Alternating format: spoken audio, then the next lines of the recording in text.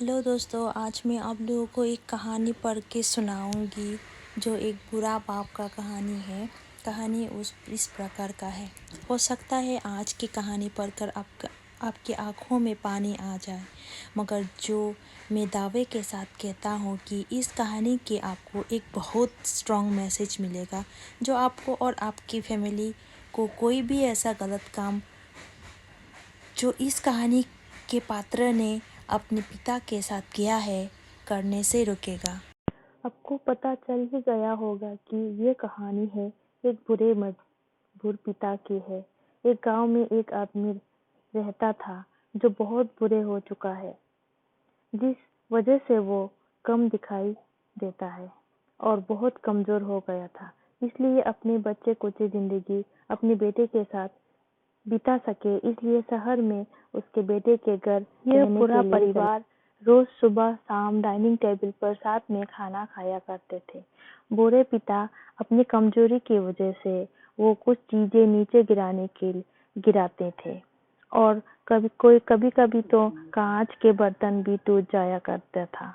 कुछ दिन तक तो वहू और बेटे ने यह सब सहन किया, लेकिन बाद में वे दोनों बुरे के ऐसे हरकतें से चिढ़े। एक दिन बेटे ने कहा कि ऐसा कब तक चलेगा, हमें कुछ करना पड़ेगा। उसकी पत्नी भी इस बात से सहमत हुई। अगले दिन बेटा कहीं से एक पुराने मेज लेकर आया और घर के एक कोने में उसे लगा दिया और अपने पिताजी से कहा कि आप यहीं बैठकर खाना खा लिया कीजिए। उन्होंने एक लकड़ी का बर्तन भी बनवाया जिसमें वे अपने बुरे बाप को खाना देने लगे।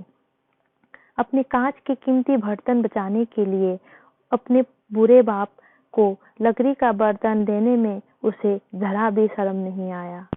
अब खाने का समय जब जब होता तो बुरा बाप एक कोने में बैठकर खाता और बाकी का परिवार डाइनिंग टेबल पर खाना खाया करता।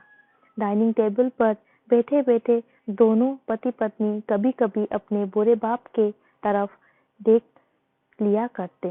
बुरे बाप के आंखों में उन्हें आंसू की नजर आते, मगर उन पर जैसा कोई असर नहीं होता। बुरे के पोता भी यह नजर हमेशा देखता और वो अपने में ही खोया रहता। एक दिन जब पति पत्नी डाइनिंग टेबल पर बैठकर खाना खा रहे थे, तब उनका बच्चा जमीन पर बैठकर कुछ कर रहा था।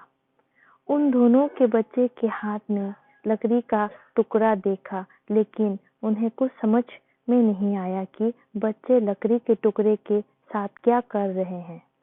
जब बच्चे के पिता ने उन्हें पूछा कि बेटा आओ खाना खा लो, तुम नीचे बैठकर क्या कर रहे हो, तब बच्चे ने भोलेपन से कहा, अरे मम्मी पापा, मैं आप दोनों के लिए लकड़ी का बर्तन बना रहा हूँ ताकि आप लोगों को जब आप बुरे हो जाओ तो दिन में खाना दे सकूं।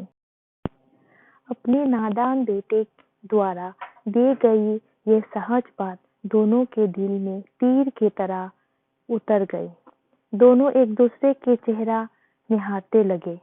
बिना कुछ कहे ही दोनों के आंखों में पानी आ गई और उन्हें अपने भविष्य के किताब अपने आप को ही सामने खुलाई हुए नजर आए।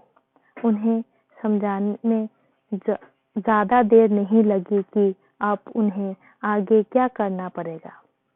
अगले दिन कमरे के कोने से वो पुराने मेज हट गया और अब बुरे पिता को बाकी के परिवार के साथ मिलकर फिर से खाना खाने लगे।